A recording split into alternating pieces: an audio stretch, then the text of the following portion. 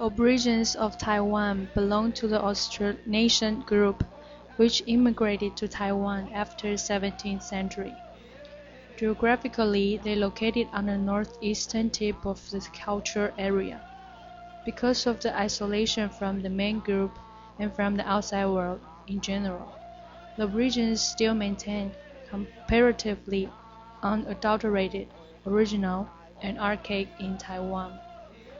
The population of Taiwan Aborigines is about 335,000, and there are only 166 of the total population in Taiwan. But their living area, mostly in mountain, occupy more than half of Taiwan. According to the linguistic and cultural differences, 12 tribes are recognized generally now in Taiwan. In general, the Amis tribe lives in Hualien County, Taitung County, and Taitung City, mostly in the eastern part of Taiwan. Taitung City is the first place which you may see a lot of Amis, or you may say in Taitung most of the people are Amis. Then are the Guangfu village, Jian village in Hualien County, and the Donghe village and Chenggong town. They are the places where the Amis live. According to the geographical differences, the Amis tribe also divides themselves into three parts, and there are Northern Amis tribe, Central Amis tribe, and Southern Amis tribe. The Amis who live in between Hualien City to Fenglin village are called Nanshi Amis, and they are included in the Northern Amis tribe. Due to the Taidong Coastal Mountains division, Shouguran River and Coast Amis are included in the Central Amis tribe. Beinan and Hanchun Amis are included in Southern Amis tribe. Most of the Amis live in a local place, and only a few live in mountainous areas. Amis is the biggest Aboriginal tribe in Taiwan. The population of Amis is 140,000 people. Most of them live on open countries and beside seashores. They mainly do agriculture, hunting, and fishing for a living. Because of living on open countries, their agriculture is highly influenced by the technique of Han tribe. Women are the main workers on farming, and men's jobs are opening up new farming land and cutting off trees. On the other hand, hunting is men's activity. When the harvest season comes, all men in one tribe will go hunting together for the harvest festival. It is the most important annual activity for Amis. Fishing is also men's chore. They usually fish at rivers. Amis is a maternal society. Men move into women's families after marriage. Children also live with their mothers. Daughters do not leave their families and they share the property. The most powerful person would be the oldest woman in the family. She is the one who makes important decisions and controls everything.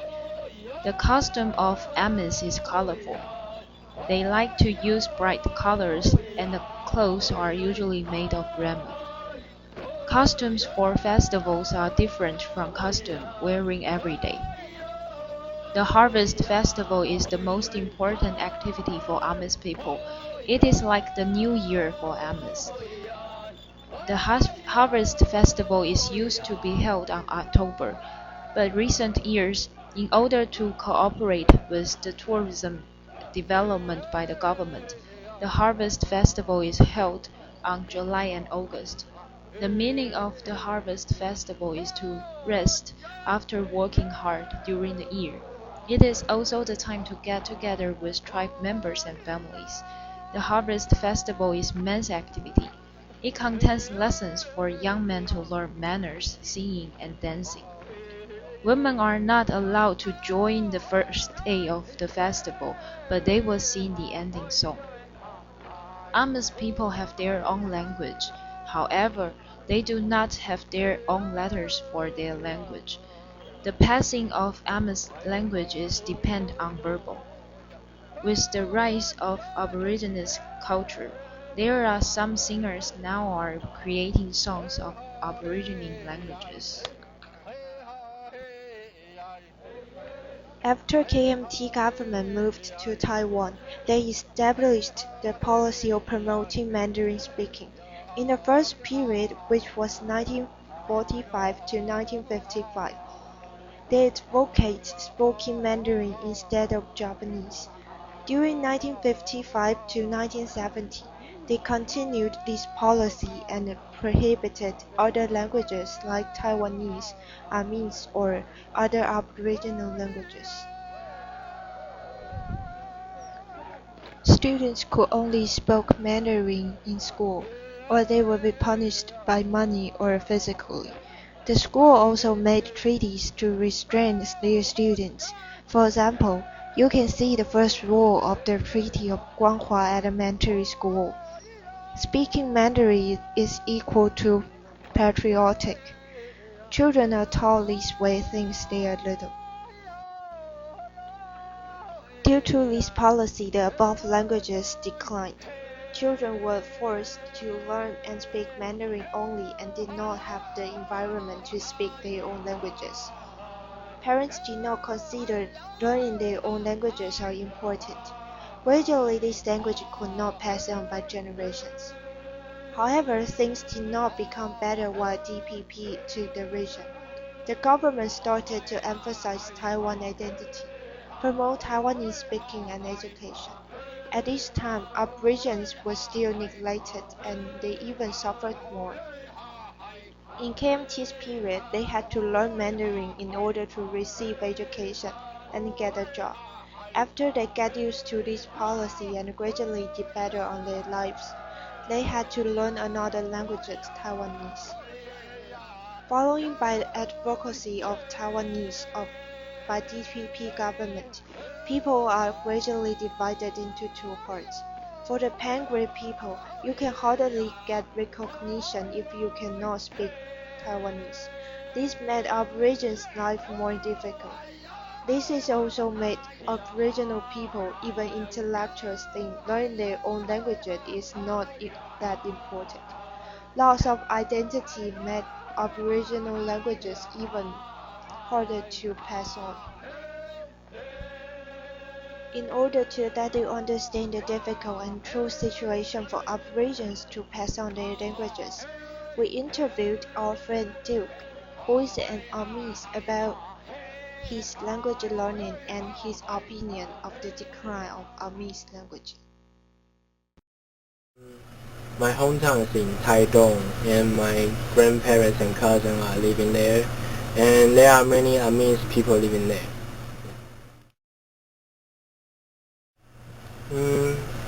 I have lived in Kaohsiung City for my whole life, and because I was born here, and my father came to the city to work and met my mother, and they settled down here, so I spent all my life here. Yeah, I can speak just a little. For example, breakfast, Amis say Malafi, yeah, and lunch Malanam, and dinner Malahok, yeah, cool, huh? First of all, I live in the city since I was born here, and my father is an Amis, but my mother is Hakka, so they are only share Mandarin, so we all speak Mandarin here, yeah, at home.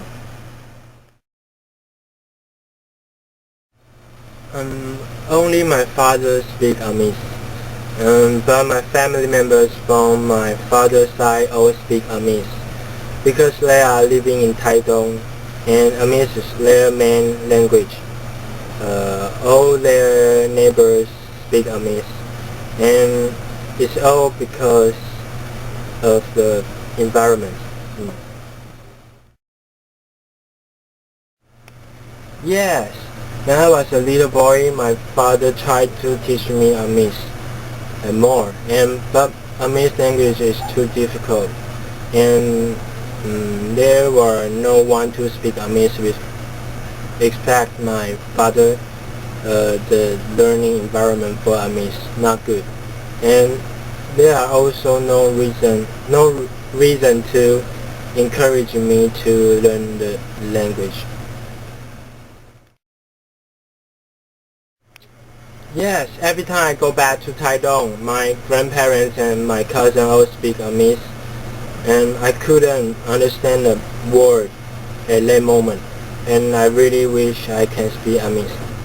For example, when the Chinese New Year we came back to Taitung, and all cousins and me play the pokers, and they will speak Amis. Yeah, maybe they are cheating, I don't know. So I feel confused. Yeah.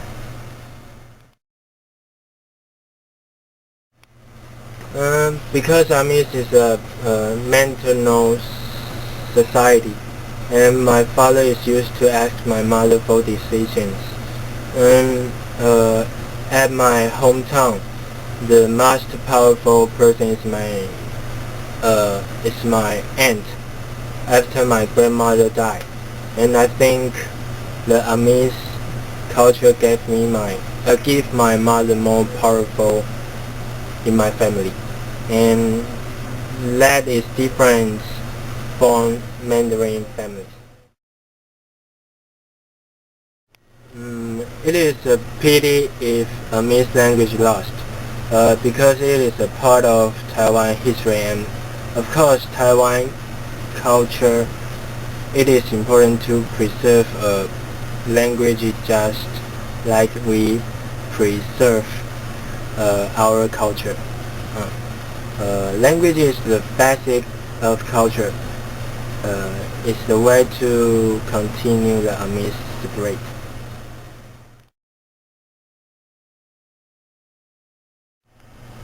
Of course, there are some difference, yeah, because my parents, they grew up in the different culture and different environment, and the way they are raised is different, and so they think in different ways. It's an interesting part of being in Amis family. From this interview, we realized that the Aboriginal cultures and languages are losing gradually. Less and less children can speak their native languages. Not because they don't know they are Aborigines, of course they knew it, but they don't understand how important it is to continue the Aboriginal culture and language. There are some reasons to cause the Aboriginal language and cultures losing. Because of the lack of working opportunities in the village, lots of Aborigines moved to the city for works. All the people around speak Mandarin. This forces them to learn Mandarin for communications. They have to adapt the lifestyles and cultures here. Then, they got married with the people here. Consequently, they merged with the Taiwanese families. They live in city and raise their children here. Therefore, children hardly to receive the Aboriginal cultures and languages. Children study Mandarin as their first language, communicate with friends with Mandarin. Gradually, they can speak the Aboriginal languages. On the other hand, the school curriculums are taught by Mandarin. No lesson to teach them about their unique Aboriginal cultures. There is almost no chance for students to learn the Aboriginal language unless the family education. However, some parents think that the learning of Aboriginal language doesn't benefit children's grades, so they don't encourage their children to learn it. Obviously, the Aboriginal cultural identities are losing at the same time. To encourage research on Chinese dialects and non-Han languages, the government offers various levels of financial support in the form of awards for scholarly publications in these areas. Taiwan society is a rich mixture of diverse cultures, and more people on the island are becoming aware of the importance of preserving various languages and dialects. This awareness has become the propelling force behind government's efforts to promote nativist education in elementary and secondary schools. The goal of nativist education is to teach students about the natural history, geography, environment, dialects, arts, and culture of Taiwan, and thus cultivate an affection for Taiwan and respect the island's different cultures and ethnic groups. Under initial plans adopted by the government in 1997 for promoting nativist education, bilingual education is a primary focus. Many Aboriginal people are bilingual and have been assimilated into mainstream society. Although more people today are willing to identify with their Aboriginal ancestry than in the past, the new generation who grew up in cities can no longer converse in their ancestral tongues.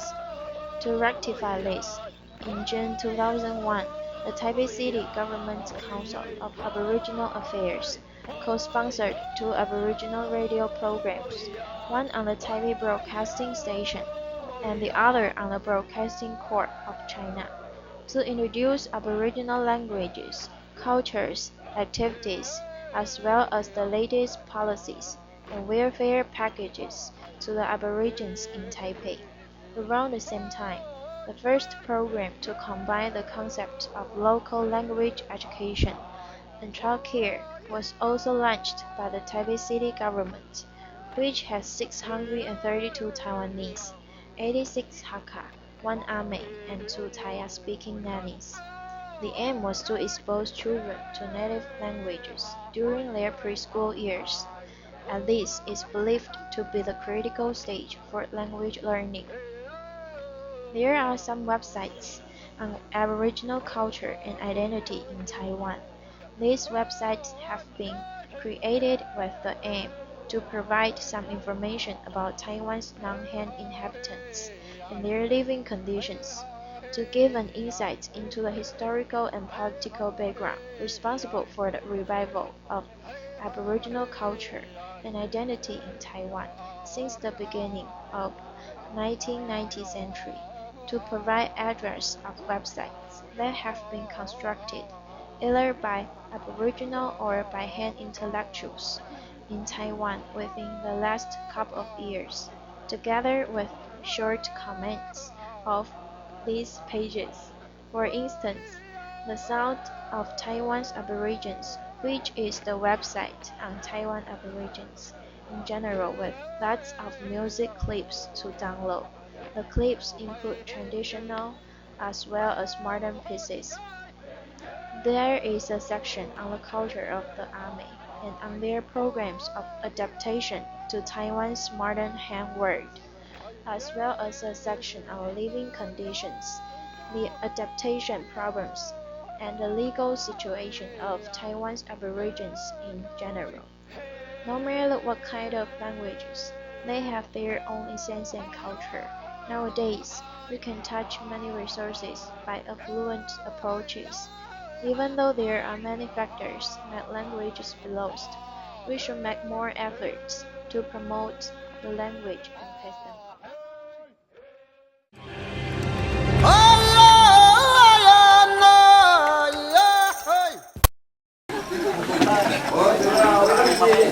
第一天 表演 kira-kira ano satu ano amis ano hani ay no hani 第二天 kisan di rai hau kira ano 第一天 hani rai kurabang cocok no hani orang no ya contoh ni hani sah ya to kira itu ko kalibutan meeting kami neneng pasau mana ko ngai hama ira ko tu dono kamu kan malitingan kira na hateng na misan satu ano likuda serak ayo sente wa anis saya ka college unu iti ay ho kurara de ora kuro cabuto unan iti ay akura ora tungal hanana itu tun aninen sakapa asa menen magutakro na de hati ni ko kambangas son ira para piliaun misa tora harating hau hati ni ko kambangas makai ko malitin tora ya mi pali cai mi tulungai tunu iti ai hau kira